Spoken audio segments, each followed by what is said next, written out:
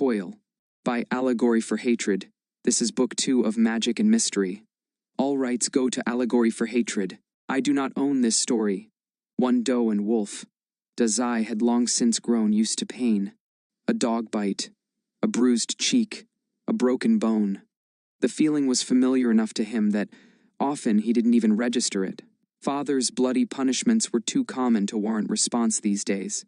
And, compared to the burn of overusing no longer human, physical pain didn't really stack up. That was Dazai's excuse, and he was sticking with it. Still, Mori said. His gloved hands expertly wrapped a fresh bandage over Dazai's arm.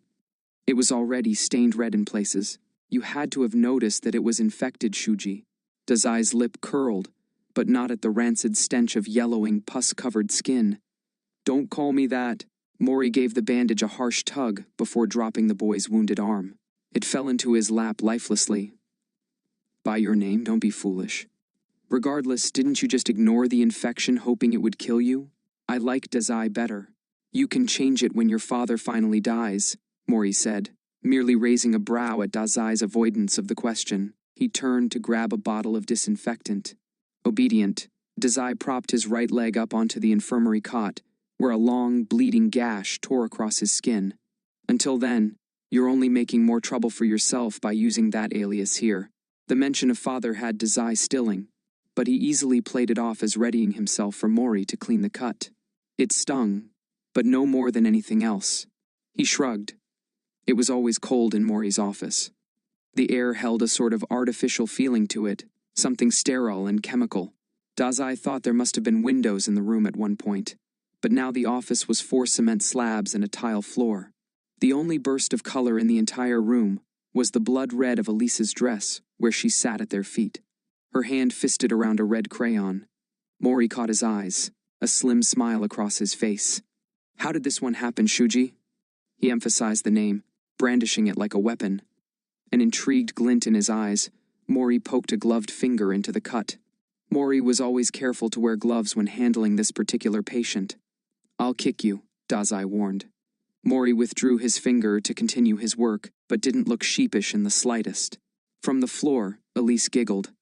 Dazai eyed the doctor in distaste for a long moment before responding.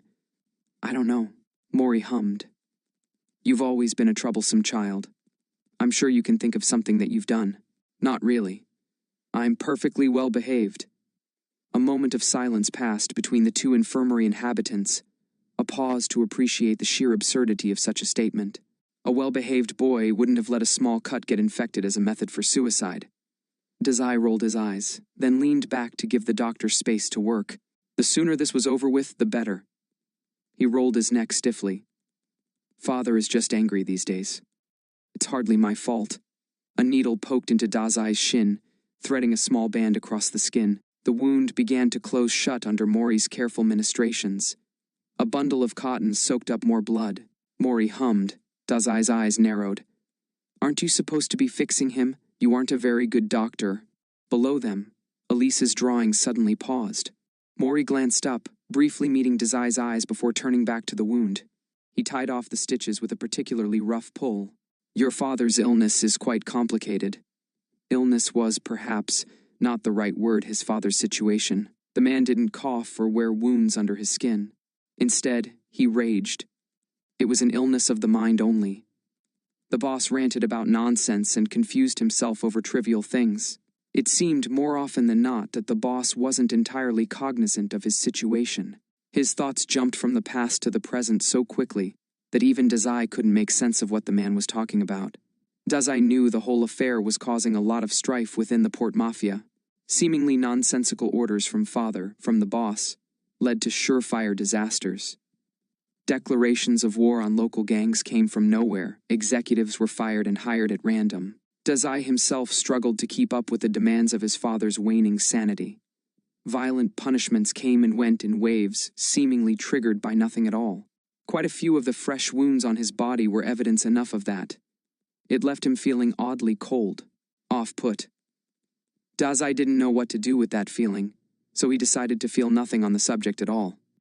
He's going to destroy the port mafia at this rate. Dazai sighed, listless. Oh well. Ah, Mori Mori chuckled as he tossed a bloody cloth into the trash. He gave Dazai's wrist a light squeeze. A warning. Please don't sound so casual about that. You owe the Port Mafia a lot, Shuji. Shouldn't you at least be a little concerned about its continued existence? Dazai leveled him with a blank look. Mori patted Dazai's thigh, signaling to the boy that his checkup was finished. He unpeeled the gloves from his fingers with a snap. If anyone is blasé about father's consequences on the Port Mafia's future, it's you. Dazai crossed his arms over his chest. You're planning something, he noted, clear disinterest in his voice. Stop that. Slimy people like you shouldn't be allowed to scheme. There was only the slightest pause in Mori's breath before he said, I'm only an underground doctor. I can assure you, I am planning nothing more than keeping the Port Mafia in good health. As if I'd believe that. Now, Shuji. A hand suddenly dropped onto Dazai's head. He stilled underneath the touch, abruptly finding that both Mori's tone and his own blood had run cold. You're talking nonsense again. Nearby, Elise vanished as no longer human flared. Dazai held his tongue. They stood in tense silence for a moment before, finally, Mori laughed. He ruffled Dazai's hair before taking his arm back. Immediately, the young girl clad in red remanifested. Dazai eyed her presence with distaste. When Dazai didn't otherwise react except to sit perfectly still, Mori spun in his chair and began organizing his tools. Gauze, needles, and various tinctures were pushed around the table under his hands. A scalpel caught the light. Dazai tracked the movement, eyes narrowing over the medicines. He recognized them each by name, though not through any pleasant circumstance. Quite a few of them had made him sick over the years, and the others made his head feel so dizzyingly light, he'd thought he might fly away. Slowly, Dazai removed his leg from the cot. He let it dangle. Dazai watched Mori's back for a moment. The doctor continued his work unperturbed. Quiet, Dazai's hand unconsciously toyed with the edge of a bandage that wrapped around his wrist 3 times, evidence of his latest half-hearted suicide attempt. A vial of anesthetics clinked against Mori's metal tray. Speaking of my father, Mori didn't turn around. Dazai's fingers scratched into his wrist. Has he given permission for me to return to Hogwarts this year? There was a slight pause in Mori's ministrations, but he picked them up again just as quickly. Is that fondness I hear, Shuji? You know attachments like that have no place within the Port Mafia. You're the one who told me to make friends, Dazai thought bitterly. But he held back the remark. Even back then, Dazai had known that Mori's overly familiar requests held nothing but ill intent. He had always been slimy and cooing about Dazai's social life after all, and it reeked of something awful. Dazai was quick to shake his head, even though he knew Mori was not looking. I have connections there. Followers, information. It's a waste of your time to not let me pursue this to its end. And yet, Mori said, finally shifting around to face his charge again, I've never seen you care about something before. If not a fondness for Hogwarts and its inhabitants, then what else could motivate the ever-apathetic boss's son? Dazai opened his mouth to argue, a swing of cunning words already on his tongue. Before he could, however, Mori raised a hand. Dazai's mouth snapped shut immediately. Don't misunderstand, the doctor said. I find your enthusiasm adorable. Dazai's gaze fell to the floor before he could correct himself. When he looked back up, Mori was smiling. You're returning to Hogwarts. I'm afraid your father is still rather upset with the fact that I sent you off there last year. He won't agree. You're welcome to ask him yourself, of course. Mori spoke slowly. Dazai's leg twinged with pain, a memory from his last interaction with his father. You didn't ask permission last time, Dazai tried. Just do the same again. Mori's smile thinned, and warning bells started to ring in Dazai's ears. Shuji, you sound desperate. Dazai froze. He wanted to argue, but his tongue was suddenly leaden. Cold. You know what your father would do if he heard you talking like this. Mori spoke slowly, carefully. He raised a hand. Dazai stiffened, expecting a blow, but Mori's palm merely came to rest on his cheek. The doctor's thumb rubbed nonsensical patterns into his face, pinching whatever baby fat remained and smoothing over invisible scars. Emotions like this aren't very becoming of a mafioso. I would punish you for it if I weren't in such a generous mood. Dazai nodded jerkily. He knew that. But here he was, spilling out pleas to return to Hogwarts like some pathetic child anyway. Dazai mentally berated himself for it. Mori seemed to be able to read his thoughts. He sighed. Those school children you associated yourself with have been a horrible influence on you. You were much better behaved when it was just the two of us. And your father, he added, seemingly as an afterthought. They're loyal to me, Dazai said by way of explanation. They took risks for me last year, and followed all my orders. Mori's nail caught on Dazai's lip, then stayed there, lovingly. They are, he admitted. There was something almost proud in the underground doctor's tone. It had shivers running up Dazai's spine. You've done good work with that little gang of yours. Dazai stared forward, his only movement to blink every few seconds. Mori held him still for a moment longer before finally drawing his hand away. Despite the absence, Dazai still found himself stuck in place. Mori hummed. He looked Dazai up and down. It would be a waste of our time to cut ties with the magical community, now that the groundwork has already been laid. You have something planned for Hogwarts, Dazai said. It isn't logical for you to pull out just because. Because you got sentimental? Too attached to those school children? Mori's voice was as cold as ice, but also somewhat cloying.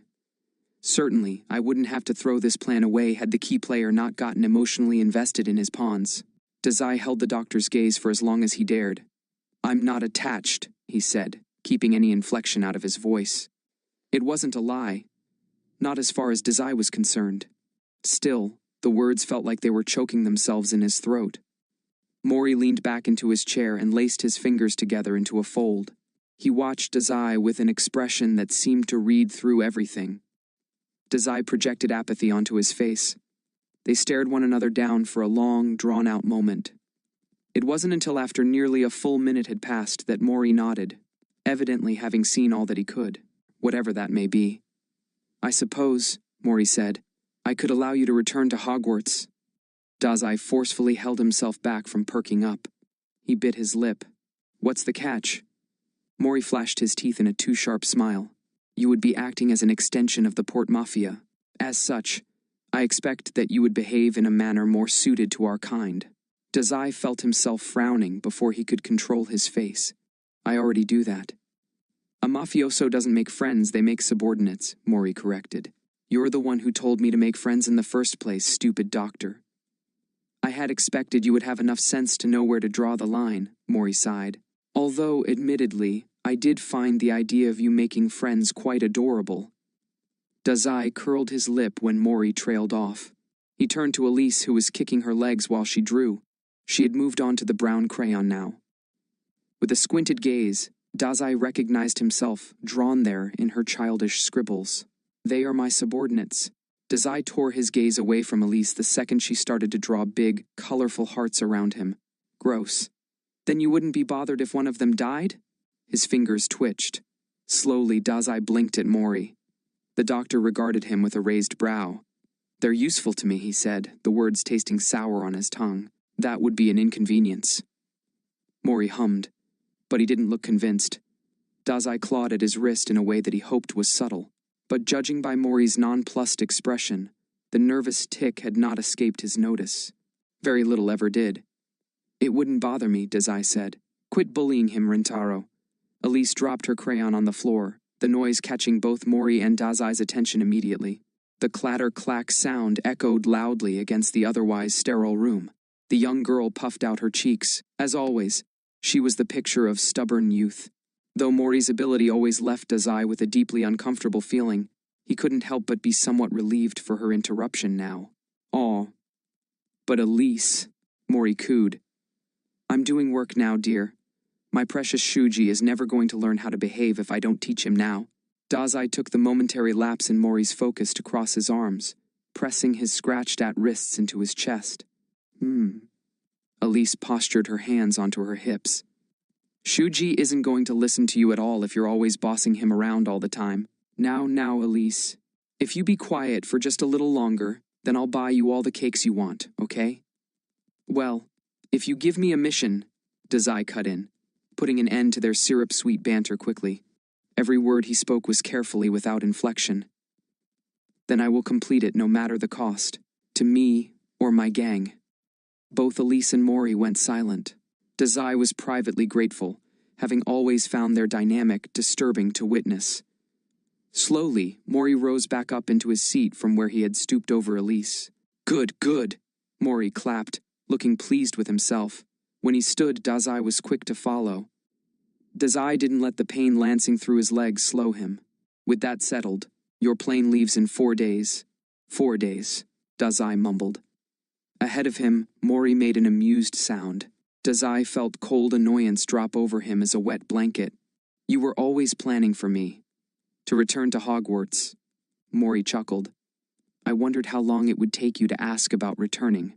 I was starting to think I might have to breach the subject myself." Another pleased-sounding laugh. "Ah, but you look so cute getting worked up over getting my permission just now." Dazai huffed. "Classes don't start for another couple of weeks," he said, moving on before Mori started cooing at him. "What do you expect me to do until then?" "I'm sure you can find lodging," Mori said, brushing him off. "You're a resourceful boy. In the meantime, don't you have books you'll need to be purchasing?" "That isn't going to take 2 weeks, Doc." Mori ignored him. "In 7 days, I've arranged for you to meet with a soon-to-be partner of the Port Mafia. They'll be waiting for you at Gringotts Bank at 9 a.m. sharp. Be sure to make a good first impression." Dazai scrunched up his nose. In all the wizarding world, there was only one person Dazai suspected Mori had been in contact with, and that was the Malfoy family. Mori nodded assent. The Malfoy family is notoriously always on the side of the winners, and whenever the Malfoys believe in someone, the rest of the powerful magical society is quick to follow. "Do you know what that means, Shuji?" "It means you want me to schmooze," Dazai said with no small amount of distaste. He hated politics. But if it got him back to Hogwarts, Dazai shook off the indulgent thought. "It means," Mori corrected, "that we need to convince Lucius Malfoy that the Port Mafia is superior to Hogwarts and the Death Eaters. It means you need to prove to him that the Port Mafia is a serious player in this silly little war of theirs. This plan of yours sending me to Hogwarts. The specific details are none of your concern currently. Just do as you are told, please." Mori sighed.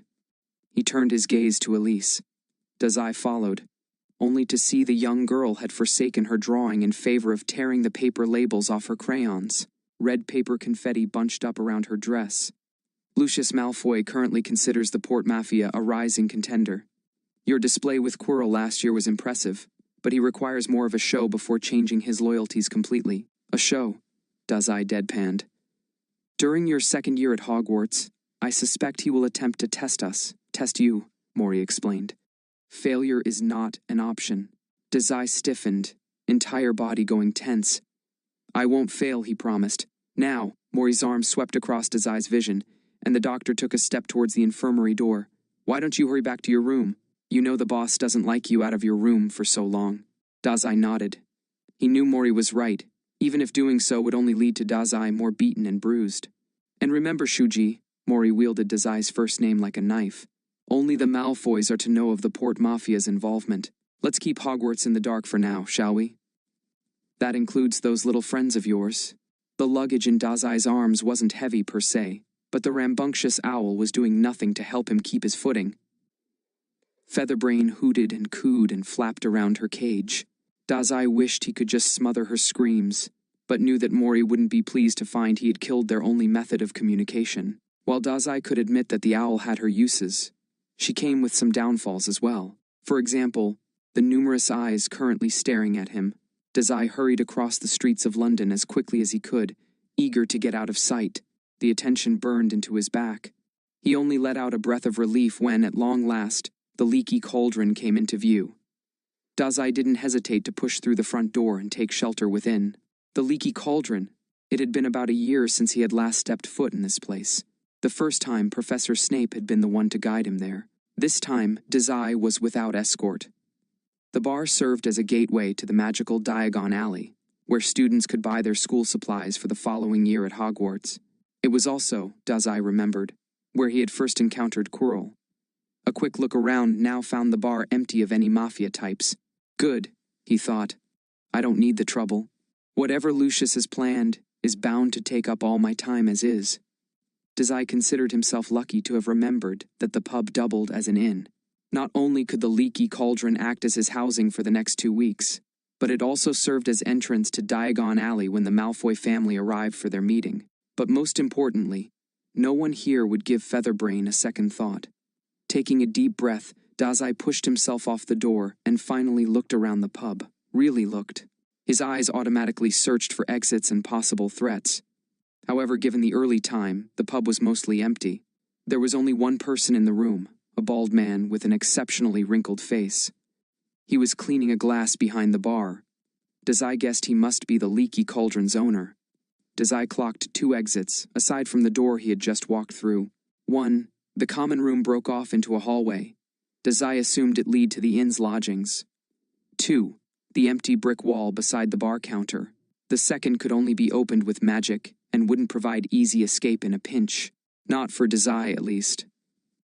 Satisfied, Dazai pulled his luggage together and dragged himself to the bar. The man didn't look up at Dazai's approach, continuing to fiddle with his drinks instead. Dazai set Featherbrain's cage down on the bar top with a raucous clang. The owl screeched loudly in protest. The bartender jumped. He nearly dropped the glass, but managed to catch it with a wordless levitation spell just in the nick of time.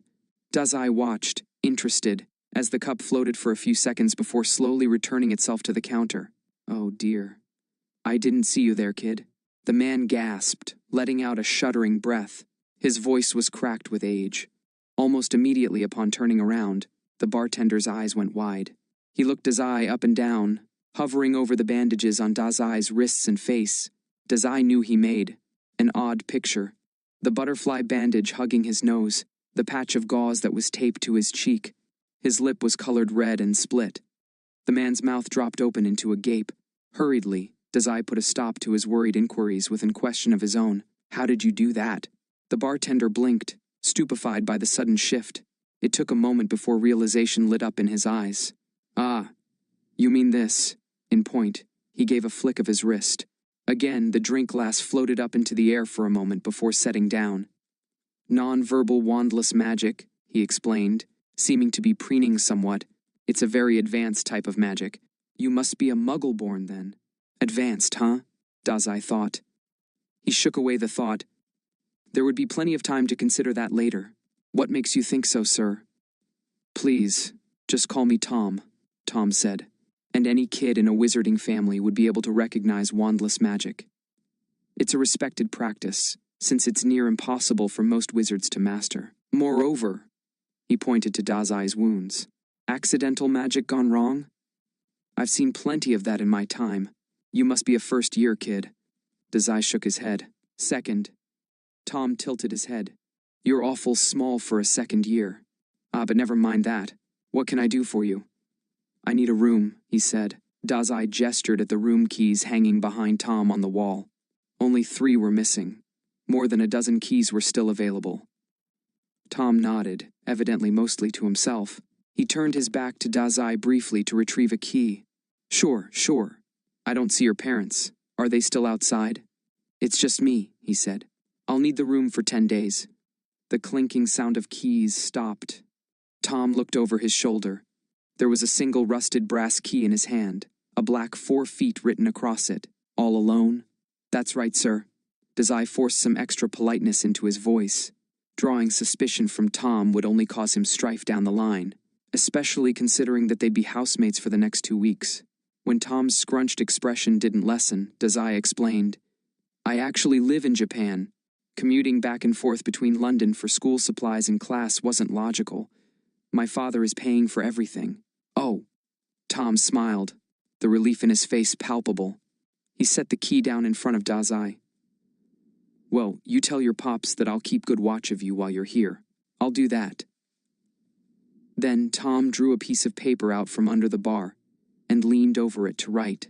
He started to fill in the form, date, duration of stay, cost. I didn't know Hogwarts accepted students from Japan.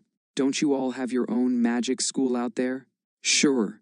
Dazai paused to consider, then cheerily told the innkeeper, I got kicked out for trying to impale myself on a chandelier. Hogwarts is my second pick. Tom stared at him, wide-eyed. He let out a weary chuckle. Interesting sense of humor you got there, kid. He cleared his throat, and when he next spoke, he was back to the accommodating innkeeper persona. Whatever the case, you lucked out. Hogwarts is a great school. I bet you'll have a great time there. Featherbrain strained through the bars of her cage, trying and failing to snatch the room key. Without looking, Dazai slid it away from the rowdy bird. She let out a morose hoot in response. Tom watched the exchange with amusement in his eyes. We'll see, Dazai answered. He looked around the room, disinterested. Does Hogwarts have chandeliers? Tom made a strangled noise. Dazai wondered if anyone could really consider his first year at Hogwarts enjoyable. Sure, he'd been able to establish a gang of people he sort of liked and pull a few fun pranks. His newfound freedom had been an interesting experience, but although Dazai took some pleasure in playing around, the fact that Mori orchestrated his every action really dampened the whole year. There was no real freedom with Mori's strings wrapped around him. Not that he wanted freedom, per se, but maybe he would, if he could just try it out for once. He didn't know. There was a broken mirror, somewhere, that said Dazai couldn't want anything at all. Regardless, there was more blood on Dazai's hands now than there had been 1 year prior. Tom hummed. His quill scratched over the paper for a moment longer, before suddenly pausing. Name. Dazai turned back to him. I need your full name, he repeated, giving the feathery quill a wave, for the in form. Besides that, we'll be seeing a lot of each other for the next short while. I ought to know the name of the kid I'm watching over until school starts. Dazai resisted the urge to snap about needing a babysitter. Instead, all he said was, Dazai Osamu, then thank you for having me. It was like flipping a switch. Dazai didn't even register it at first, so distracted in his own thoughts. But Tom had gone entirely stock still. Recognition burst starkly across his face. Tom choked. He coughed on a rough throat with enough force that the feather quill fell from his hands. It clattered onto the bar top. Immediately, Dazai tensed. That wasn't a normal reaction to a random student's name. Tom glanced back up at him, then almost frantically recovered his fallen quill. Dazai Osamu, you say. Do I know you from somewhere? There was a sour pit in Dazai's stomach. He had a bad feeling about this. Tom blinked. For a moment, his mouth gawped open and closed like a fish, before he finally managed to work his next words out. Not personally, but WL. Featherbrain shifted in her cage. Her feathers puffed out, making her appear large and defensive. Silently, Dazai mimicked her. His shoulders pressed back. Like a shutter dropping down, protective, Tom went deathly pale. He muttered something under his breath that Dazai couldn't make out. The young mafioso raised a brow. That is to say, Tom said, seeming to steel himself, you're sort of famous, aren't you? Dazai blinked once, then twice. Huh? The tension melted out of his spine, replaced instead by a cautious curiosity. There were only so many reasons why the name Dazai Osamu would be famous in the wizarding world. He didn't like any of them. At Dazai's expression, Tom hesitantly proceeded to finish penning out the in form. He glanced up at Dazai once he was finished. You really don't know what I'm talking about, do you? I've been out of touch with the magical community since February, Dazai answered, succinct. Guess the ruse about a Japanese magical school was bust now. I had to leave Hogwarts early, so the story about who killed Coil didn't lead back to me. Dazai stared. Oh. Now, judging by Tom's bewildered stare, that was precisely the case. Dazai felt his eyes narrow instinctively. That intrusive journalist, Rita Skeeter, must have been the one to do it. Even with Hogwarts fighting to keep his identity from the press, media pressure had won out. Dazai prickled at the thought of how much attention must be directed at him. Just minutes after coming back into the fray, and Dazai was already under the microscope. Mori's pleasant smile echoed in his head. Dazai silently cursed the doctor out. That bastard definitely already knew, and hadn't told Dazai on purpose. Mori always did love to watch him squirm. Balking, Tom took a step back. You haven't seen the articles then? Do you have any on hand? It took a second for Tom to recognize what he was asked. Once he did, the barkeep nodded frantically. Hurriedly, he shuffled out from behind the bar. Dazai fell into step behind him, albeit slowly so as to not startle the man, because it now seemed as though Tom was afraid of him, absurd as it may be for a grown adult to balk at the sight of a 12-year-old. But certainly, It was fear. Dazai was familiar with it. The port mafia reeked of fear and superiority always. And with father's latest turn of health, fear was more and more common by the day. Tom came to a stop beside a newsstand. He pulled off the top paper, skimmed it, then shoved it into Dazai's hands. Dazai frowned at the rough treatment. Once the paper fell into his hands, the biting tingle of no longer human sparked to life. It was gone a second later. Whatever magic the paper was using before was long gone now, probably one of those magical moving photos. Dazai's attention didn't linger on the residual magic long. He unfolded the newspaper. Immediately, Dazai recognized the publication, the Daily Prophet. Will Hogwarts' murderous demon student continue his reign of terror this year? Demon student, Dazai echoed under his breath. That's me? The paper's title screamed up at him in all caps. It was the cover story. That wasn't promising for Dazai's desire to stay out of the public's eye.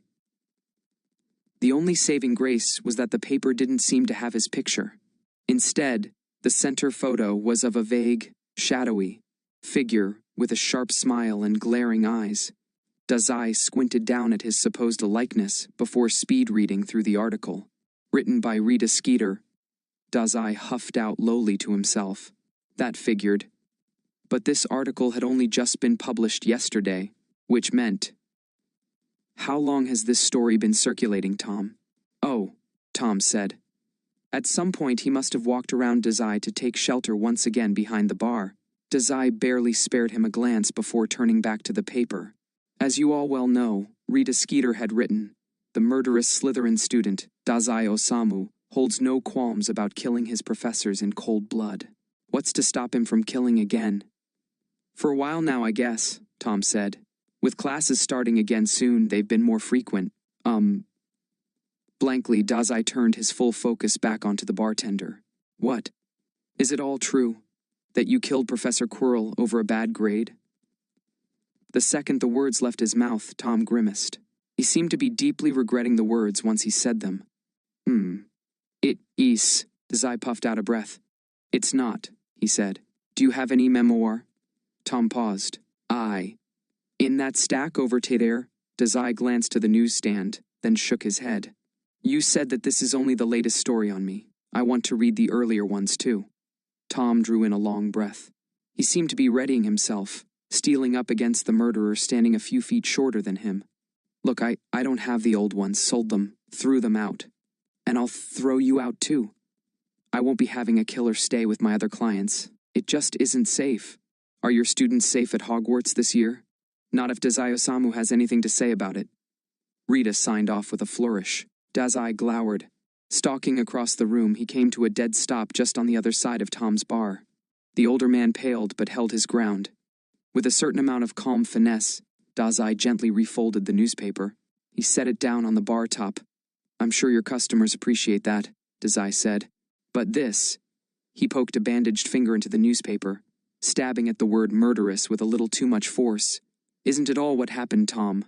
I'm no threat to anyone here. Except maybe myself, Dazai amended, silent and self-indulgent. Tom shifted in place, looking from Dazai to the newspaper, then back again. Dazai thought he didn't look especially convinced. You don't have to believe me. Just give me a room. Tom swallowed, heavy. He glanced at Featherbrain, the owl giving a noisy hoot in response. Finally, he nodded. I won't turn down a customer. Not since you're asking nice and paying up. But if I hear even one complaint, I'll behave, Dazai said, bringing his empty hands up beside his head in mime innocence. Promise. His fingers splayed. If I act out, you have my express permission to kill me.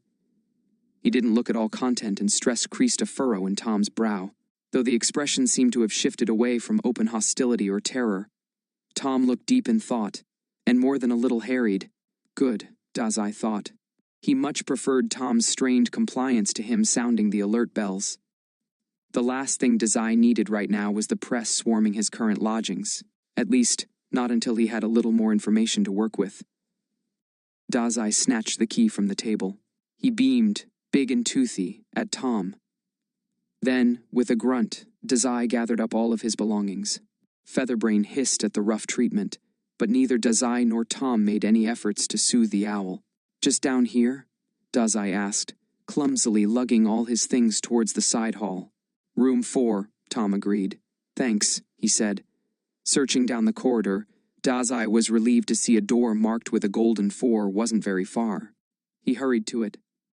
There was a minor struggle wherein Dazai had to retrieve his room key without dropping Featherbrain, but he managed after a short, trying moment. He let out a breath when the lock finally clicked open.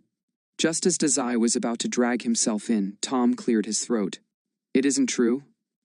Dazai glanced up, blinking at Tom through the metal bars of his owl's cage. He considered his words. It was self-defense. His voice echoed against the cage. Quirrell wasn't a good person. But I guess that doesn't sell as well. The 4th room of the Leaky Cauldron Inn closed not a second after. Did you know? Did you know that the entire wizarding community thinks I'm some kind of serial killer in the making? Dazai barked into the receiver, annoyance clear in his tone. He already knew the answer, but he wanted to hear Mori admit to it. Mori's tinny laugh only irked him further. I might have had an inkling. Dazai glowered. With a huff, he fell back against the inn bed. It was stiff and musty, but still more comfortable than some of the other places Dazai had slept. The Port Mafia's kennel was all steel slabs and dog slobber. You didn't think to tell me? You know it isn't wise to discuss your mission in Hogwarts where word could so easily get back to your father. He's barely cognizant these days and you know it. I doubt he's even noticed I'm gone. At Mori's brief pause, Dazai knew he was right. He sighed. With a yawn, Dazai turned to press the side of his face into the mattress. When the red quilt poked into him, Dazai slowly closed his eyes. Mori chuckled. You may be right. Regardless, there's nothing to worry about, Dazai. I'm sure this is something you can use to your advantage. The vast majority of the wizarding community is terrified of this demon student persona the Daily Prophet has created. Fear is a wonderful motivator, you know. Of course I know that. Dazai squeezed his eyes roughly shut. Quit playing games with me, he grumbled. He could feel Mori's smile through the phone. It set something roiling in Dazai's stomach. Your meeting with Lucius is scheduled for 3 days from now, the doctor calmly reminded him, evidently unwilling to comment directly on Dazai's upset. I know. Good. I just wanted to make sure you weren't thinking of doing anything stupid. Dazai blinked his eyes open. A gray wall stared back at him. Did I sound like I was considering suicide? Mori hummed. You aren't allowed to die quite yet. Try to stay focused. He took a breath. Although I was more thinking, the last time I let you wander off on your own at Hogwarts, you came back awfully sentimental. I was hoping to remind you that business with the Malfoys comes before playing house with that Draco boy. Dazai's fist clenched into the quilt before he could stop himself. He forced himself to relax. I'll stay focused. Good, good. Now, this meeting is just a formality. Lucius Malfoy wants to meet you. He also probably wants to see if he can work you under his thumb. Dazai grunted. He figured as much. He isn't put off at all by the fact that I killed Quirrell, huh? Perhaps a little, Mori said, but it wasn't anything he hadn't already considered a possibility. It's a good thing you killed that man, actually. Otherwise, Lucius wouldn't be taking us quite so seriously now. By killing a player for our main competition, the Death Eaters, you've already put on a fairly good show. What exactly do you want out of his loyalty anyway? That's for me to worry about, Mori responded. There was a sharp edge to his voice that had Dazai quickly falling silent. All in due time. For now, I only need you to convince him that the Port Mafia is serious. You can do that, can't you? Obviously. Mori hummed. Then with a hint of amusement he said, Historically, the Malfoy family has associated themselves with the Death Eaters, so you won't have much groundwork to lay. Furthermore, Lucius's loyalties lay with whatever organization will keep him and his wealth safe. If he believes that we will utterly destroy the Death Eaters, then he will have all the more reason to support the Port Mafia instead. Dazai paused. Slowly he pushed himself upright. There's a history there, he commented. Dazai forcefully kept the interest from his voice, but knowing Mori, the doctor likely had already picked up on it. Hence why he was always dangling little pieces of information just overhead like meat to a starving mutt. When Mori merely laughed, Dazai knew his assumptions were correct. He sighed. Nothing exceptional, he said simply, and nothing for you to bother yourself with. Your only job right now is to look pretty and to pass Lucius's test. Gross. This whole situation reeked. They talked for a few minutes more before Mori finally hung up, saying, if I don't get back to my patient now, they'll bleed out. The line clicked. Dead. Dazai blew out a heavy breath. Unceremoniously, he threw his phone across the bed. It landed on the quilt, but didn't slide far enough to thunk onto the floor. He almost wanted it to fall, to shatter apart before Mori could call him again. So Mori had known about the demon student nonsense, just thinking about it. The newspaper flashed through Dazai's mind, and the panicked image of Tom upon hearing his name, afraid out of his mind. What had Mori said? Fear is a wonderful motivator. Dazai sniffed. Seeming to read his spiraling thoughts, Featherbrain hooted from her cage. Dazai rolled over on the bed to face her, arms falling loosely at his sides. At least when you visit Mori, I don't have to hear back for a week, he told the bird. Phones are the worst. Maybe wizards have it right, slowing down communication like this. Featherbrain made a sound that might have been humor. Whatever the owl version of laughing was anyway. Dazai blinked, sedate. That's right, you get it, Featherbrain cooed. Then, with a ruffle of her feathers, she bit at the iron bars of the cage. Dazai watched her fuss for a moment before pushing himself off the bed. With precise hands, Dazai undid the latch, keeping her cage close. Once it swung open, the owl happily hopped out into the room. She gave a hoot and blinked up at Dazai with big eyes. Don't look at me like that, Featherbrain chirped. And be quiet. Go hunt a mouse or something, Dazai said with a huff. Without affect, Dazai turned and collapsed back into the bed. He pressed his face into the mattress. He was just starting to close his eyes when Featherbrain let out another noise. What? Oh. Slowly, Dazai pushed himself upright, keeping all of his weight on one precarious elbow. Something fell from Featherbrain's mouth. It landed with a thwump onto the mattress. Dazai blinked down at it, then back up to the owl. A small pile of very familiar goods rested between them. Did you steal those from Mori? Dazai asked, eyeing the hoard. A few cufflinks stared back at him. A tie clip, a fancy pen. He glanced back to Featherbrain, who seemed to be waiting for something. Huh, maybe you aren't such a pest after all. Good bird. Featherbrain preened. That will teach him to keep us in the dark, Dazai said for good measure. At least you have my back, stupid bird. 2. A declaration of war. Dazai didn't leave his inn room for the following 2 days. It was mostly practical. The innkeeper didn't want to see him, and Dazai didn't want any trouble. Moreover, they weren't the only few occupants anymore. The occasional sound of footsteps down the hall continued over the next couple days. Dazai had no interest in testing just how welcome he was here. This also meant, of course, that Dazai didn't have any food. He didn't particularly mind. Often he was too deep in thought to even notice the pangs from his stomach. Featherbrain didn't suffer the same fate. Dazai couldn't stand her raucous hooting, and after only a few hours in the leaky cauldron, he'd pried open the window. Go hunt around London for all I care, he'd bid out. A place like this is sure to have rats. 3 hours later, Featherbrain had returned with a dead mouse hanging from her beak. She dropped it at his feet. Dazai's nose had scrunched up. Then Featherbrain had butted her head against the mouse, pushing it into his shoes. I'm not eating a creature that scurries around subways and digs through trash. A bolt of realization had suddenly occurred to him. Actually, go deliver that to Mori. Featherbrain didn't run away to Mori, but she didn't let up either. By the end of his 3rd day at the leaky cauldron, a pile of at least a dozen dead rats and mice had formed at the foot of Dazai's bed. Dazai hoped Tom wouldn't mind. He really was trying to stay on his best behavior. Although maybe if he didn't, Tom actually would kill him. Now that was a thought. Dazai relished in it for a bit, but in the end only quietly stayed in his room, trouble-free. On the 3rd day, Dazai drew a coat around his shoulders, steeled his expression, and unlocked the door. Freshly showered and bandaged, Dazai looked nothing at all like he'd spent the last few days locked in a small room, barely moving. He twisted the key in the lock before pocketing it. Lucius Malfoy would be kept waiting for him if he dawdled any longer. The common room of the leaky cauldron looked just as it had a few days prior. Unlike last time, however, the pub was no longer empty. A group of older-looking wizards had taken over a table by the door.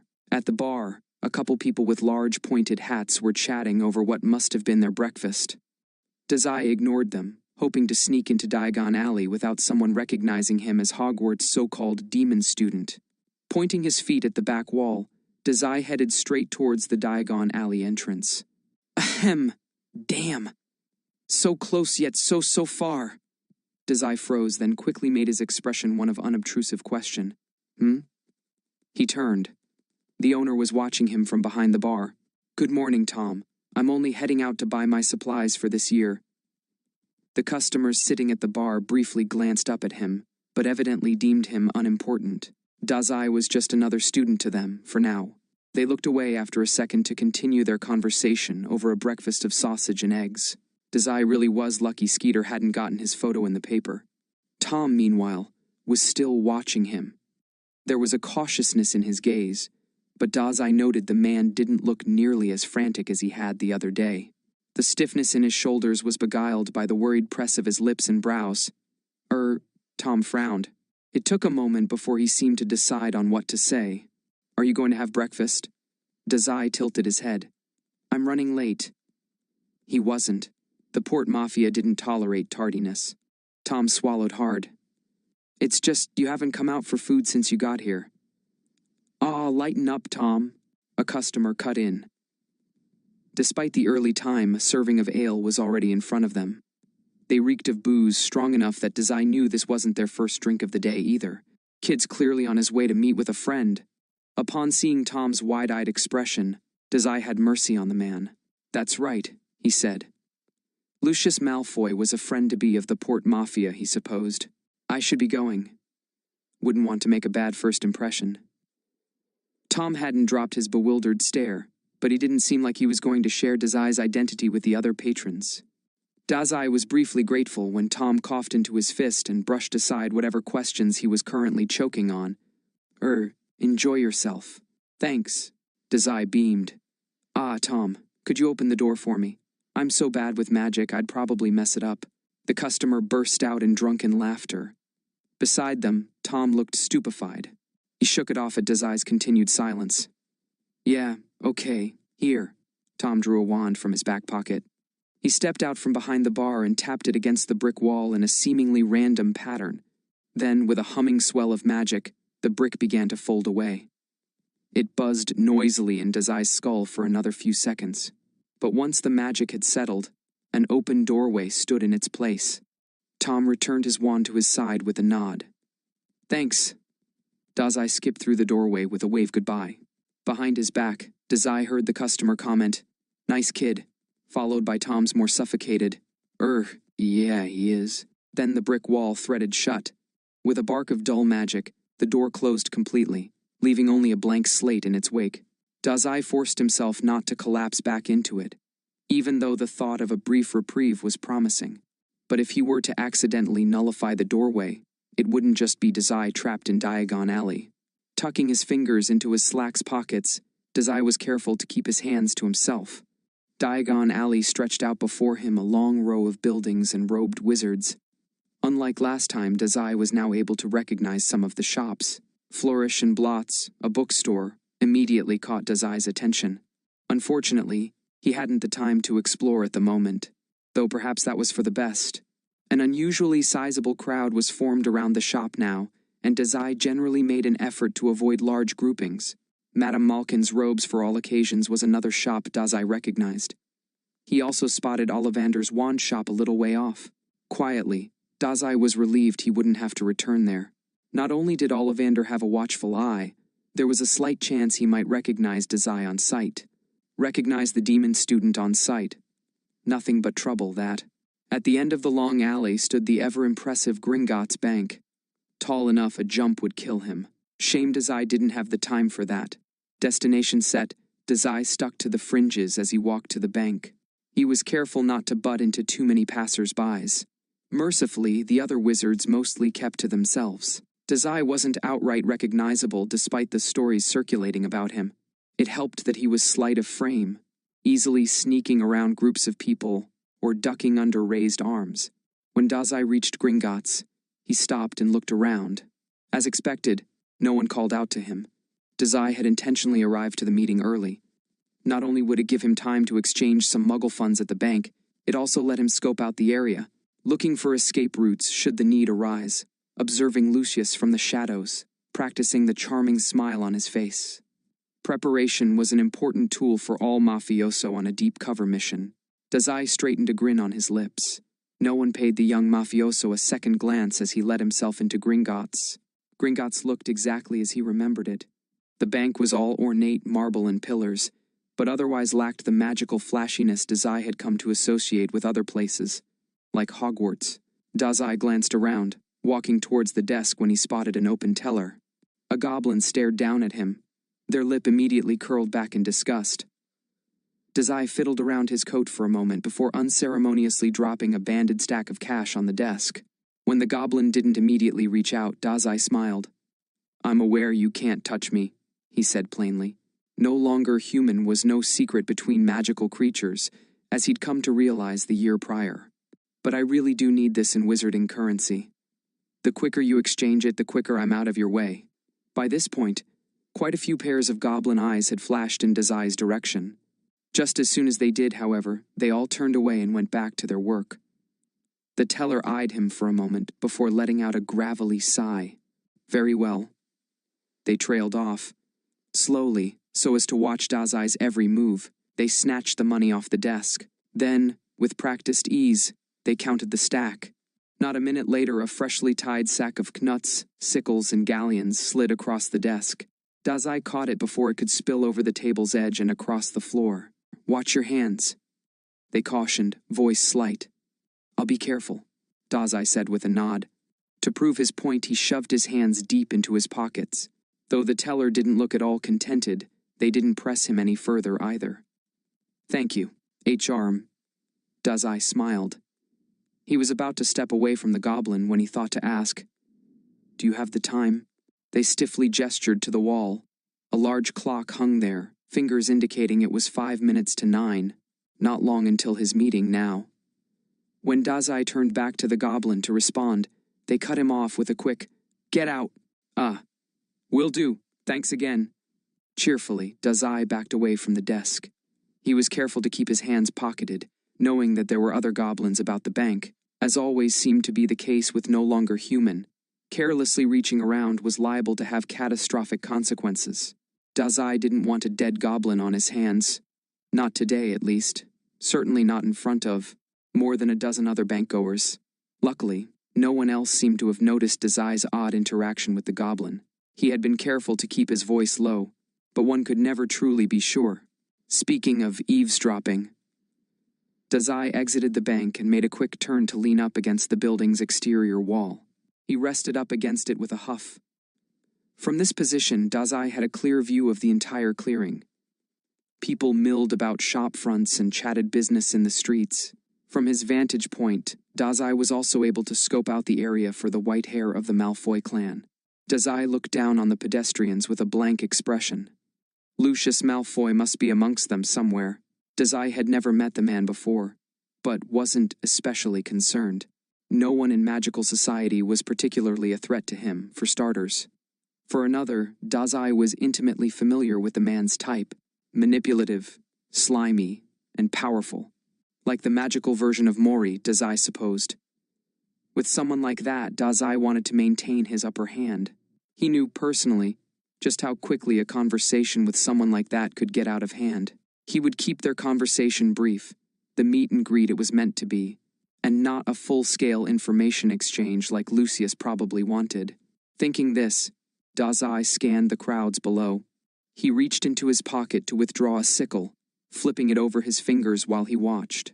With a flick, it spun up into the air. A flash of silver light caught on its rim before twirling back into Dazai's open palm. It landed heads up. Dazai sniffed, then tossed it again. Heads. A different silver shine suddenly caught Dazai's attention. He stood up straighter, eyes immediately seeking out one person in the crowd below. A long swath of silver hair flooded out from the man's head. He had a deep scowl on his face, one that spoke more on condescension than disinterest. The robes he wore were black and decorated with a fine white embroidery. The man walked with a thin cane, though it seemed to be more for appearance's sake than for functional reasons. He held it aloft rather than leaning into it. Lucius Malfoy. Dazai's mind supplied without prompting. This man certainly fit the mental image Dazai had constructed for Draco's father. Pompous and expensive. His general appearance practically screamed rich and powerful socialite. Lucius glanced around for a second when his scowl deepened. "Looking for me?" Dazai wondered, vaguely amused. Although he wanted nothing more than to keep the man waiting as a screw-you to Mori, it was best not to make enemies of people like the Malfoys. Dazai was just considering making his entrance when something else caught his eye. He jumped. Lucius wasn't alone. Dazai's eyes widened as he recognized the man's much younger companion. Draco! Dazai immediately picked out the figure of his friend walking to Lucius's side. Draco looked a little taller, but otherwise identical to when Dazai had last seen him. He watched the silver-blonde boy cross his arms and pinch his brow. Self-importance oozed off of him. Something warm bit at Dazai's chest. He coughed to clear it. Just a step behind Draco was an older-looking woman. Her hair was an odd mix of Malfoy silver and chestnut brown. Her bright pink lipstick instantly reminded Dazai of Rita Skeeter, but that was where the similarities stopped. He didn't recognize her, but judging by present company, this must have been Miss Malfoy. Dazai couldn't recall ever having heard her name. Dazai flipped his coin. He decided it would land tails, and a second later it did. Draco's biting voice carried across the clearing, ringing in Dazai's ears where he'd been listening for it. "Where is this ambassador? Anyone who leaves a Malfoy waiting isn't worth our time, father." Dazai nearly dropped his sickle. He stared down at where Draco and his family were gathered. Had Lucius not mentioned to his son who they were meeting? Just ambassador. Dazai tasted the word on his tongue. Mutely, he wondered just how filled in the young Malfoy was. Or, moreover, how much explaining Dazai would have to do later, when he and Draco could talk in private. Or maybe he'd never explain himself at all, and they would just have this little ambassadorial secret unspoken between them. Knowing Draco, though, well, there was no getting out of it now. If there were only a way to avoid interacting with the rabble, Miss Malfoy breathed. Her expression was one of deep disdain as she glared at the passerbys. Seemingly worried about those reprehensible pedestrians, she took a protective step into Draco's side. "I would suggest we simply cut ties with this group. They aren't even pure-blooded." "The Port Mafia," Lucius corrected. Dazai noted that he didn't disagree with his wife's lack of enthusiasm, nor her purist views. His shoulders were held stiffly. "Although it appears outwardly to be an irrelevant organization, it is anything but. We must put up with its less than commendable purity for the time being. I suppose." Draco stood perfectly straight. They could do with a lesson in tardiness, at the very least. To anyone further away, the Malfoys looked a picture of regal. For Dazai, who was close enough to listen in, the Malfoys reeked of condescension and ill intent. "I don't see why we have to be meeting this Port Mafia anyway," Draco said after a moment, sounding annoyed. "Since when has the Malfoy family ever needed to pledge loyalty to some puffed-up organization? With a name like Port Mafia, no less. How haughty." "Nonsense," Lucius Malfoy snapped. His voice was like ice. At once, Draco and Miss Malfoy went silent. Something sharpened in the man's posture. In Miss Malfoy's, too. Something unspoken and unkind passed between them. Dazai saw Draco duck his head and grind his teeth. "All right," Dazai thought. "Now is a good time to make an appearance." With a final toss of his sickle, Dazai pushed off the wall and jumped 2 steps at a time. "Mr. Malfoy, sir," he greeted, a pleasing smile automatically falling across his lips. "It's a pleasure to meet you." 3 pairs of eyes snapped straight to him. Draco's mouth fell open. "Dazai, what are you doing here?" "Meeting with your father, of course," Dazai tutted. "Good morning, sir. Ma'am. Draco." Lucius didn't look at all surprised at Dazai's boyish appearance, as expected. Beside him, Miss Malfoy briefly frowned. She recovered almost immediately, however. It was only Draco who seemed to be struggling to keep his expression in check. Kept in the dark, then. Dazai could relate. "You're late," Lucius ground out. His voice was very matter-of-fact. "I'm just on time, actually." Judging by Lucius's unimpressed stare, the other man didn't particularly care for details. Dazai got the sense that Lucius was the type to always assume he was right and disregard anything saying otherwise. "This is just an informal meeting anyway." Dazai said with a smile. He waved off Lucius's upset with a bandaged hand. Don't look so tense, sir. Lucius's frown deepened. He didn't seem to appreciate Dazai's light-hearted cheer. However, politics won out over his own dislike. Dazai Osamu, I understand? That's right. Dazai tipped his head. And you're Lucius Malfoy, eloquent head to the Malfoy family. Of course, I know your son Draco. He glanced to Lucius's wife, thought about shaking her hand, but quickly decided otherwise. Instead, he dipped into a slight bow. I'm not familiar with your lovely wife, however. Your name, Miss Narcissa Malfoy, she responded, sounding surprised but pleased. It's a pleasure, Narcissa, Dazai said. Narcissa tittered behind a gloved hand. It was lacy and black and entirely without function. Why is your port mafia suddenly butting its head into magic affairs? Dazai blinked away from Narcissa to face her husband. The man's tone was stern, but not entirely without reason. Dazai lifted his chin. Nothing too strenuous, he assured. The port mafia is hoping to integrate further with the magical community. Why not start with the most wealthy and powerful family? Dazai kept the details light. Mori himself was playing his cards very close to his chest. No doubt the Malfoys were just another pawn to the man. He tossed his sickle into the air. It spun for a second before landing on the back of his palm. But that's not what you really wanted to ask, is it? Lucius tracked the coin with obvious suspicion. The sickle landed tails. Lucius glared down at it as if it had offended him. I would have preferred to meet the boss of your organization, Lucius said. Though I suppose it cannot be helped. Dazai felt himself frowning unintentionally. The boss of the port mafia was unstable. That was common knowledge. Mori, however. If you play nice with the port mafia, I'm sure I could arrange something. At the wording, Lucius abruptly looked as though he had smelled something rank and awful. Dazai spared Draco a fast glance. The other boy was watching him with narrowed, thoughtful eyes. His lips were pressed into a thin line and his brows were pulled together. Dazai couldn't read the emotion there. Suspicion, distrust. Something curdled in Dazai's stomach. The sickle landed again with a click. Dazai dropped his hand down onto it. What do you think, sir? Heads or tails? Lucius scoffed. I will not be playing childish games with you, Dazai hummed. It's not a game, Lucius. Just simple probability. Lucius stared down at him, entirely nonplussed. There was an annoyed-looking press to his brow that said the man was trying to figure Dazai out. With a sigh, Dazai peeked below his hand. Tails, he said. You would have gotten it wrong. His eyes narrowed minutely. I am not playing. No, but you seemed like you were thinking it was heads. Lucius didn't react, but Dazai knew he was right. Dazai eyed the eldest Malfoy as he gave the coin another toss. The sickle spun in the air before landing again on the back of Dazai's hand. A griffin's head stared back at him. Heads. You would have won this time had you decided to play. He tossed the coin again. Heads, Draco said. Dazai startled, but didn't fumble the catch. The sickle landed on his palm, head side up. Draco stared at him. I win, the snake said, voice perfectly even. Dazai blinked a few times before shaking off the expression. Then, he plastered a toothy grin across his face. That you do. As the winner, I should get a reward. Draco lifted his chin so as to look down on Dazai. Buy me something nice. Draco, Lucius barked. No, he's right, Dazai reassured, effortlessly flipping the coin once more before pocketing it. He kept his hand fisted behind the cloth. It's only logical. The winner of any game should get a prize. Lucius's sneer briefly flickered. The man seemed genuinely surprised by his easygoing acceptance. Dazai understood why.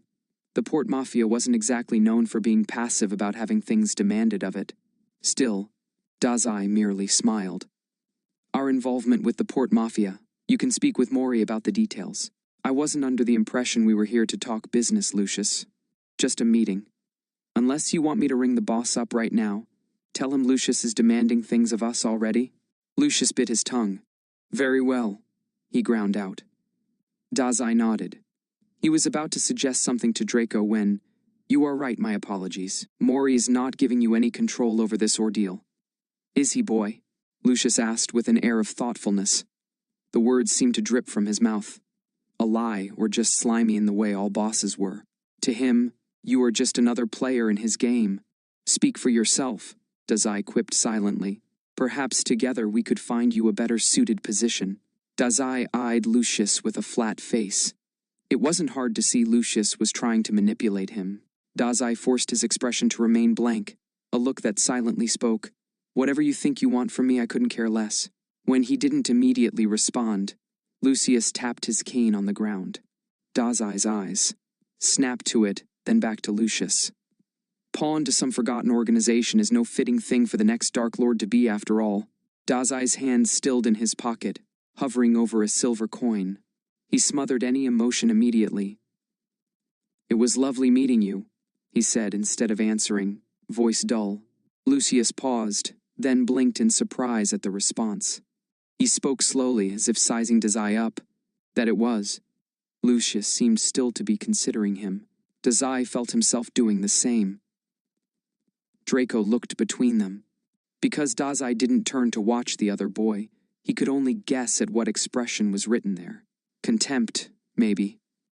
After a too long moment, Narcissa cleared her throat. Lucius held his gaze for a second longer. Dazai was the first to look away, feigning disinterest.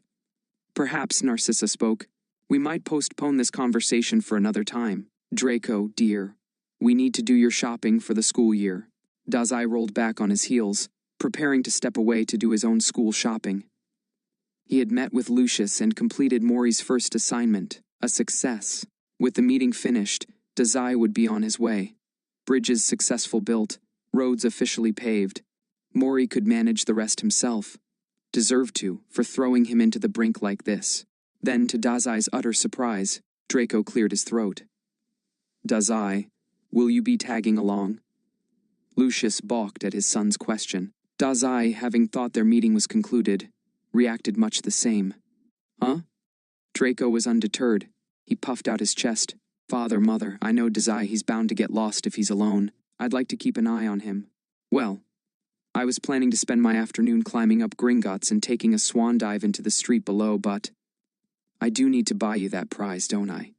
Dazai chuckled, bouncing back quickly with a casual smile as he recovered himself. He faced Narcissa. She seemed the more pleasant of the duo. "If you'll have me."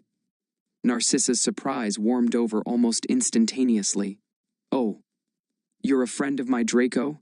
Dazai smiled, even as Lucius looked to be deeply regretting bringing his family along. "He didn't say?" Narcissa didn't look in the slightest upset that her son was friends with a mafioso. She also didn't seem surprised that Draco hadn't told her about their friendship. Dazai got the distinct impression that the Malfoys weren't a particularly close family. Not that Dazai had any room to speak. The cuts on his face spoke well enough of his relationship with father. He certainly did not. The airiness in Lucius's tone spoke of his noble lifestyle. Despite that, Dazai could easily read the growl under his words. Draco must have heard it as well. The other boy's expression fell, but he covered the slip not a second later. Dazai was almost impressed. Looking between Draco and his father, Dazai tasted something bitter on his tongue. It wasn't that he was worried for Draco per se, but Draco is a good friend, Dazai explained. Although he was smiling Narcissa's way, the words were only partially for her ears. "I owe him a lot, for some stuff he helped me with last year." Thinking fast, he explained, "I asked him to watch over my pet for me when I left." Draco nodded. Beside him, Narcissa and Lucius's eyes lit up with sudden realization. No doubt the image of a young Norwegian ridgeback dragon had just flashed across both of their minds. Draco must have done a good job convincing them to let him keep Egg, Dazai thought. There was definitely a story there. Dazai had nearly forgotten about that whole ordeal, with everything else going on, but the Malfoys certainly hadn't. Narcissa beamed, seeming pleased, somehow. She was the weakest link here, Dazai decided. He smiled at her because of it. Lucius's frown shifted almost minutely. Replacing the cold anger that was there seconds before, his gaze turned thoughtful, appraising. Draco shot Dazai a surprised glance. However, their staring contest didn't last more than a second, as Draco turned his focus back to watch Lucius's expression within the second. The boy seemed to melt as his father's pressuring gaze suddenly turned easy. "I suppose, then, that's good," Lucius hummed. His fingers danced over the head of his cane. Looking closer, Dazai saw that the cane was topped with a metal snake design. Its maw was gaping open and sharp, as though trying to devour anyone who dared look its way. The cane shone just as bright and silver as Dazai's coin. It seems the Malfoys and the Port Mafia are already well on their way to an alliance. Good, Draco. Draco nearly jumped, pride shimmering on his face. Of course, father. Lucius looked between Dazai and his son, the expression behind his eyes hard to read. They waited a moment in silence before, slowly, Lucius nodded his assent. Draco let out a barely there sigh. Then, taking charge, he announced, "Let's get our books." His eyes flicked to Lucius, who gave no indication of further disagreement. Seeing this, Draco barged onwards. "Have you seen the list, Dazai? It's almost entirely full of Gilderoy Lockhart's books." It seemed that was that, then. Dazai kept Lucius and Narcissa at the edges of his attention, but otherwise let himself turn his focus to Draco. Narcissa, at the very least, seemed pleased with the idea of them being school friends. Perhaps Dazai could get her on his side if he played nice right now. "Corset," Dazai smiled pleasantly. "I saw." "Should I recognize that name?" he mumbled. The intricacies of magical society still escaped him a year later. Was the man famous or something? Celebrity gossip hadn't been one of Dazai's research topics in the past. Thinking this, Dazai reached into his coat. He felt around for a second before pulling out a slip of yellowed paper. Draco peeked over his shoulder. "He's an author. He's going to be our defense against the dark arts professor this year." "Wait a second," Draco said, snatching the letter. Dazai let him, flinching at the unexpected grab. He covered up the unconscious reaction by crossing his arms over his chest. "I don't recognize some of these books." Draco scanned the page. His brows furrowed as he continued to read. "Your required reading list is different from mine." Dazai frowned. "It is?" He looked inquiringly at Draco. After a moment, the other boy relented. "Mother, could you hand me my letter?" Narcissa retrieved a slip of paper from her robe and gave it to Draco. Over her shoulder, Dazai saw Lucius watching with blank, assessing eyes. He held the man's gaze. "A history of magic. Magical drafts and potions," Draco read aloud. He looked between the two papers, comparing their contents. Dazai let his eyes drift away from Lucius, only when Draco let out aloud, "Here, the biology of magic." "I don't have that one," Dazai hummed. "What else is different?" he asked, swiping the paper back. He suppressed a chuckle at Draco's returning glare. "Do you have this one?" "Magical theory. A continuation." "I don't," Draco said. He folded up his letter with a frown. "What's going on? Why do you have more books than me?" Dazai inspected his list for another few seconds before doing the same. He was about to make some joking remark when the answer suddenly occurred to him. "The professors must have worked out my new curriculum by now." Thinking about the books on his list again, that must have been it. Controlling and understanding magic would be very important to a student that was hurt by spellcasting. Curious, Dazai wondered just how his lessons would pan out this year compared to the last. And unlike last year, Dazai thought ruefully, there was no illusion of going unnoticed by his professors. After Quirrell, everyone would have their eyes on him. Draco's frown fell into an O. Someone cleared their throat. Dazai and Draco both looked up to where Lucius was watching them with a scowl. Draco answered the unspoken question there before Dazai could get any words out. "Dazai has a weakness to magic. It makes him ill," Draco explained, voice steady. "Last year, the professors were working on an alternate curriculum that would be safe for him while also keeping him on track with his year." Lucius raised a single brow but didn't comment. "I've never heard of such a thing," Narcissa said. She peered down at Dazai, as if expecting to see the ailment on his person. Evidently finding nothing of worth, her lips twitched downward in unmistakable disgust. Dazai offered a guileless smile, trying for the image of hopeless muggle-born fool. Draco shot him an unimpressed look before turning to his mother. "If I hadn't seen it myself, I would call him a liar as well. Regardless," he waved the folded-up letter, "I would like to buy my books sometime before Diagon Alley becomes overly crowded." "I agree," Lucius said, snapping back into the conversation. Diagon Alley was basically one long road. Even Dazai would have a hard time getting lost here. Despite this, Dazai easily stepped back, allowing Draco to take the lead. Draco took on the position with the sort of casual leadership wealthy folk often did. Narcissa hovered over her son's shoulder, whereas Lucius fell into the back of their group. Dazai felt the older man's shadow over him. Ignoring the cold feeling in his chest, Dazai joined Draco at the front. As they walked, the people of Diagon Alley gave them a wide berth. People stared at them as they passed, watching the Malfoys with something like reverence. Dazai tried to ignore the eyes on them. Walking boldly at the front of the Malfoy family was drawing a lot of attention. Although it made Dazai uncomfortable, nothing could be done about it now, not without revealing his discomfort to the Malfoy patriarch. Hoping to distract himself, Dazai saddled up closer to Draco's side. The other boy raised a brow. "It's no fair, making me spend more on books than everyone else," Dazai commented abruptly, kicking his feet out with each step. "I'll just die instead." Draco looked amused. "You shouldn't be complaining about money now, not when you still owe me a reward." He still didn't comment on their sudden closeness. "Save it for after. It's not about money. The Port Mafia was funding this job after all. Dazai couldn't be short on funds if he tried. It's the principle of the thing. Anyway, I don't know what you expect me to buy you. A rich family like the Malfoys already has everything they could ever dream of, right?" Draco hummed, agreeing without argument. "Buy me ice cream, then." Dazai considered the idea. Turning his head back and forth, he searched around Diagon Alley. Seeing this, Draco explained, "Florian Fortescue's ice cream parlor." He pointed. Dazai followed his finger to a rather sunny-looking shop just to their left. Peeking through the window, Dazai saw an impressive display of ice treats ranging from normal colors to more outlandish, surprising ones. A neon red flavor caught his interest in particular. Dazai mutely wondered what magical flavors must be inside. The table outside, topped with a rainbow umbrella, was empty. Before Dazai could respond, Narcissa interrupted. "After we finish our shopping," she said. Then, with a certain unexplained bite to her tone, she added, "Perhaps." Draco looked like he wanted to argue, but held his tongue at the last moment.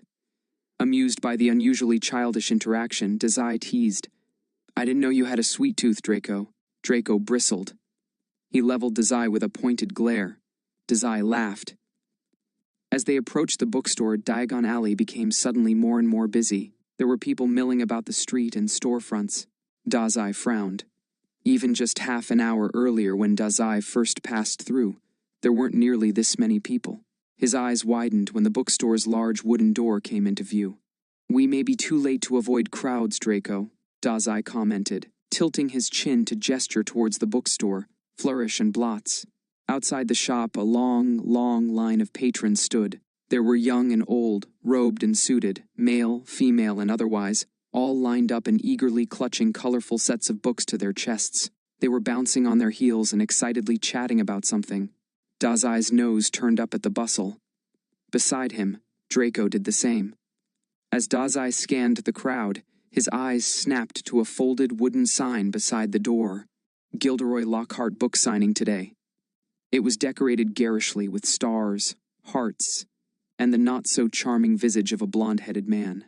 Lockhart, Dazai presumed. "Well, we aren't just going to slip in and out of that," Dazai grumbled, already imagining all the people he was going to have to push against just to get inside. "This Lockhart person better be really special."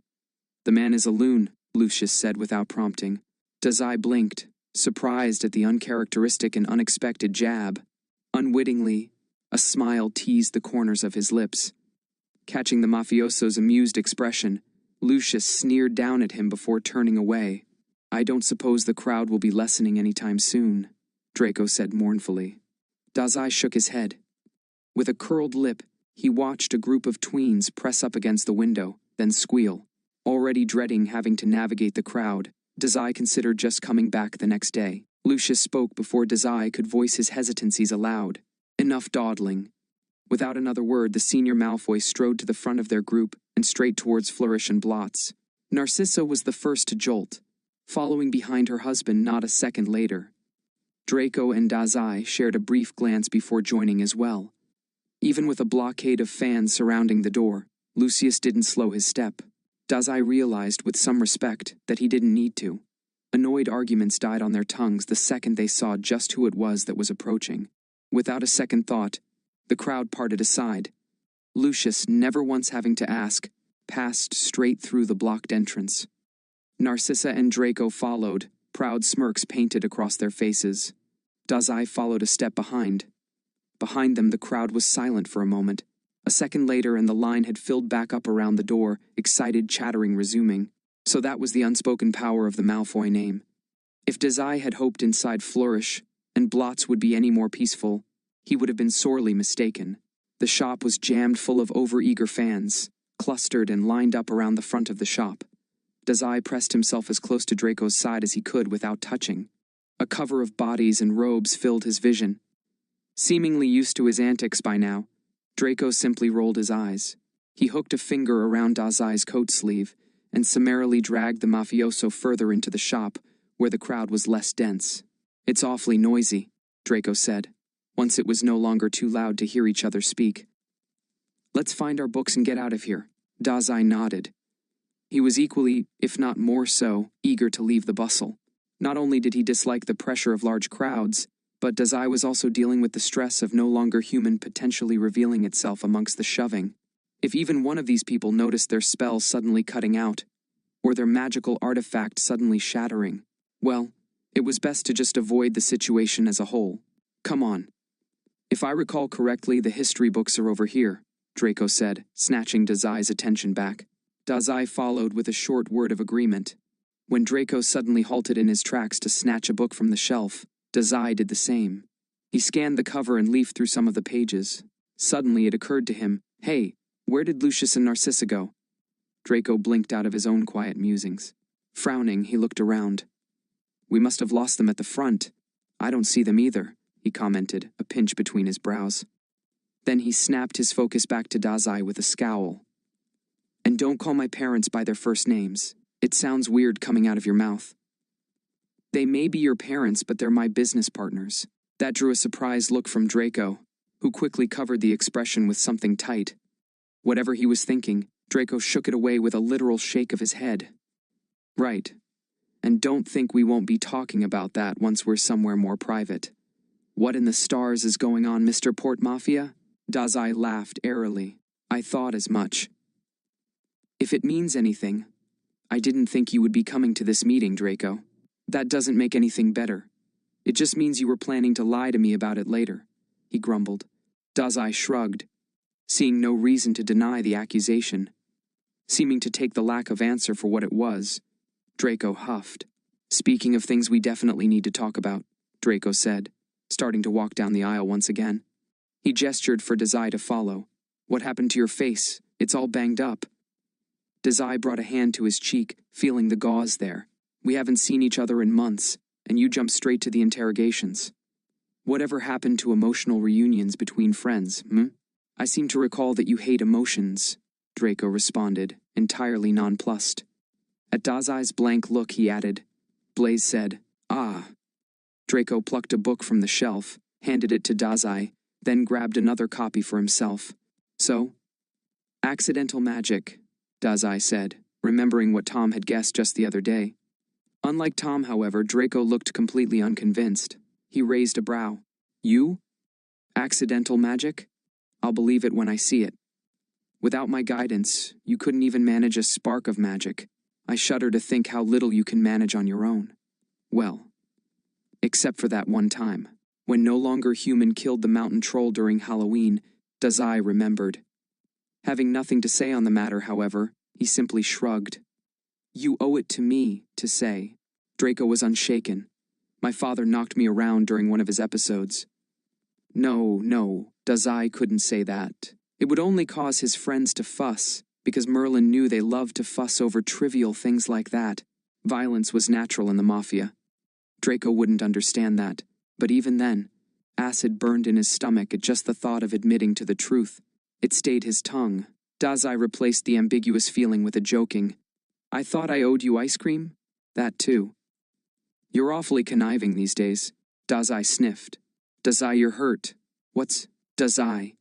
"Hey, Dazai!"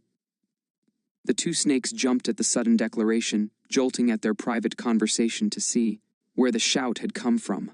The twin beaming faces of Fred and George stared back at them. At his side, Draco suddenly went still. Dazai shot him a glance, before turning a grinning face to the twins. Something giddy burst to life in his chest. "Fred and George," he greeted with a smile. "Fancy meeting you here again." The two red heads were nearly a head taller than the last time Dazai had seen them, obviously having gone through quite the growth spurt. They wore casual clothes and matching grins. Then, without fanfare, they both leaned in and squeezed Dazai into a hug. Dazai squeaked. Fred and George relented, pulling back but still grabbing Dazai's shoulders with warm hands. Their eyes were swimming with joy. "It's been too long, Dazai. We missed you. How've you been? What are those bandages on your face? You're hanging with Draco? Is that a new haircut? Not buying any weird books again this year, are you?" Question after question spilled from their lips as the Weasley twins excitedly tried to play catch-up. Dazai's head spun with the sudden demand, but found that he was more amused than overwhelmed. A giggle bubbled out from his chest. "Well, Dazai," a whispered grunt said suddenly. Both Dazai and the twins turned to face Draco, who was looking around the aisle with a steely expression. At some point, he had taken a step back. Dazai raised a brow. "What's up, Draco?" Fred asked, though his tone was clearly hesitating. "Did you want us to give you a warm welcome too?" Dazai was about to add in his own askance when he abruptly realized what had caught Draco's notice. Or rather, what hadn't. The bookstore was very suddenly deathly silent. Dazai's back straightened instinctively on edge. Distracted by the twins, Dazai hadn't noticed it before. He looked around, following Draco's line of sight to where the patrons of Flourish and Blots were staring at them, wide-eyed. It must have been every single person in the shop was staring right at them. Fear seemed to radiate off the crowd. Fear, Dazai realized with a jolt, directed only at him. Dazai balked as he remembered the twins' greeting, Dazai. They had called his name. A name that was pasted across every newspaper in the streets, but had, before now, lacked an associated face. Whispers had broken out among the other patrons. Dazai. "Isn't that the demon student's name? He's here." "What's that monster doing here?" The light-hearted air around his group suddenly vanished. Dazai felt his expression shutter closed. He unconsciously took a step back. Dazai bumped into one of the twins' chests, but instead of pushing him away, a hand held him steady in place. Shit. Maybe Mori was right, he was getting careless around his friends. "Fear not, my dears." An unfamiliar voice suddenly cut through the bleak air. It was flowery and light, but seemed to spear the crowd apart nonetheless. People moved aside, making room for the speaker. A blonde-headed man pushed through, wearing a grin bright enough to blind. Dazai grimaced. This stranger had hardly spoken a word, and Dazai already hated him. "Gilderoy Lockhart will take care of things. Now, what appears to be the problem?" A flash of cameras illuminated the famed author's arrival. Dazai heard Draco scoff, but smothered his own reactions for now, very conscious of how some of the crowd let out relieved sighs at Lockhart's arrival. He didn't need to go making a bad impression here. Although that bridge may be already too burnt to salvage. Lockhart's robes were vivid, flashy colors as he swung them about with each step. He came to a stop at the front of the crowd. A photographer snapped a moment. That's the demon student," someone squeaked. "He killed a professor in cold blood. He'll come for us next." Lockhart's eyes widened, and he did a double take over Dazai's slight form. "He doesn't look all that impressive to me," he said, cocky. "It's true," a young woman confirmed with a frantic nod. "I read that he just snapped and killed his professor right there. I read that he's possessed. Oh, or a follower of you-know-who." Lockhart raised a hand, cutting off the crowd before they could spiral into shouting again. Hysteria seemed to buzz around him, but Lockhart shared in none of it. He looked, Dazai thought, singularly pleased with himself. "After all my adventures, you can read about them in my books. One measly boy is the least threat to me," Lockhart gloated. "Worry not." Dazai stepped forward to meet Lockhart's eyes head-on. He ignored how the hand on his shoulder seemed to be trying to pull him back, but the hand fell away as Dazai moved just out of reach. "I don't believe we've had the pleasure of meeting," Dazai said serenely. He smiled, small, hoping to look unobtrusive even with his identity hanging open in the air. "It wasn't too late to fix this, right? I'm only here to buy books, sir. The rumors surrounding me are a bit exaggerated." The crowd seemed to hold its breath. If Lockhart was surprised by the calm introduction, He didn't let on. There was a strange emotion swirling about in the man's eyes that Dazai couldn't place. As a camera snapped, capturing their stare down, Lockhart spoke with a booming voice. Attempting to divert the blame for your crimes? Certainly. This many people cannot be mistaken about your true intentions. His arms spread out wide, gesturing to the dozens of people hiding behind him. The crowd roared with cheers. Out of the corner of his eye, Dazai saw a flash of familiar silver hair. Lucius and Narcissa were watching the exchange from nearby. They didn't seem keen on interjecting anytime soon. Unease washed over Dazai as he realized what sort of impression this whole altercation would be making to Lucius. His job had been to impress Lucius, not get berated in front of the man.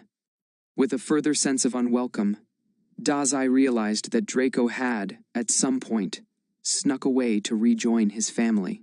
Draco had an apologetic look on his face, but also remained resolute in staying out of the way.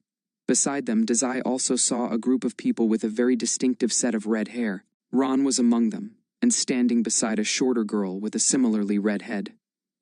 The rest of the Weasley family, Dazai assumed. He distantly recognized some of them from a year earlier. Ron was looking between Lockhart and Dazai with wide eyes and a gaping mouth. Expecting a fight, no doubt. Lockhart's voice tore his attention back to the main problem at hand. You understand, Demon Boy, that I am a champion of the people. Is that in your books? I haven't read any of them, Dazai said. At his back, Fred and George made a choking sound. Lockhart didn't look perturbed in the slightest. If anything, he seemed to find the banter encouraging. You really must be some kind of monster. Only a monster would refuse to read my books. Don't you all agree? Again, Lockhart's fans cheered their agreement. The walls seemed to shake with enthusiasm. The people have spoken, Lockhart preened. I'm a savior to the people. And you, well, I hear you're an evil unmatched boy. Dazai bristled. He just wanted to buy his books and leave. Was that too much to ask? Evidently, he thought, eyeing the swarm of photographers surrounding him now. It is. By tomorrow morning, his face would be in every major magical newspaper, front and center. What a fantastic way to start his second year at Hogwarts. Dazai was already having to say goodbye to the potential of an easygoing undercover school year, and classes hadn't even started yet. So much for laying low. He definitely should have just jumped from Gringotts instead of getting involved with all this nonsense. As a champion of the people, I have no choice but to save them. He paused, giving his fans a second to applaud before continuing, I swear on my diamond-bright teeth. Lockhart swung his arm out in an overdramatic declaration, singling out his prey with one grand point. Every single eye in flourish and blots followed Lockhart's finger to Dazai's unimpressed glare. By the end of the school year, I will have defeated the demon student of Hogwarts. He winked to his fans. You can read about it in my next book for only 2 galleons, okay? Thank you and subscribe for more Bungo Stray Dogs fan fictions. Let me know what was your favorite scene.